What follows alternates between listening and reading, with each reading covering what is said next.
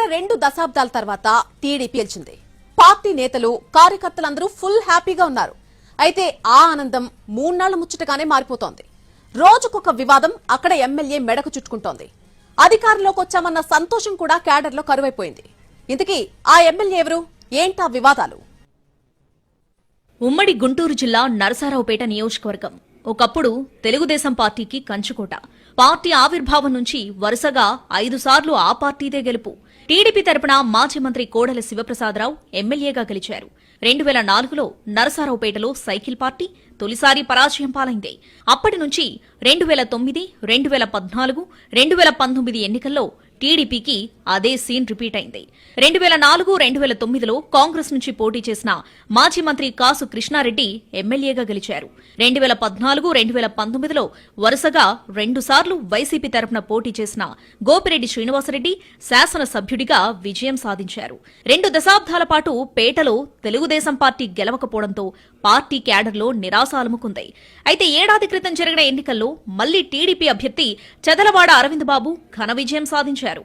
TDP తరపున పోటీ చేసిన చదలవాడ అరవింద్ బాబు వైసీపీ అభ్యర్థి గోపిరెడ్డి శ్రీనివాసరెడ్డిపై గెలవడంతో పార్టీ క్యాడర్లో జోష్ నింపింది.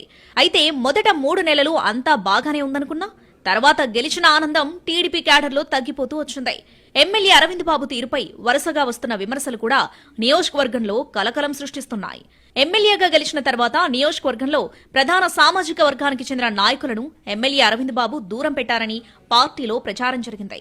తర్వాత కూడా ఆ సామాజిక వర్గం నేతలు ఎమ్మెల్యేతో అంటిముట్టనట్లుగానే వ్యవహరిస్తూ వచ్చారట.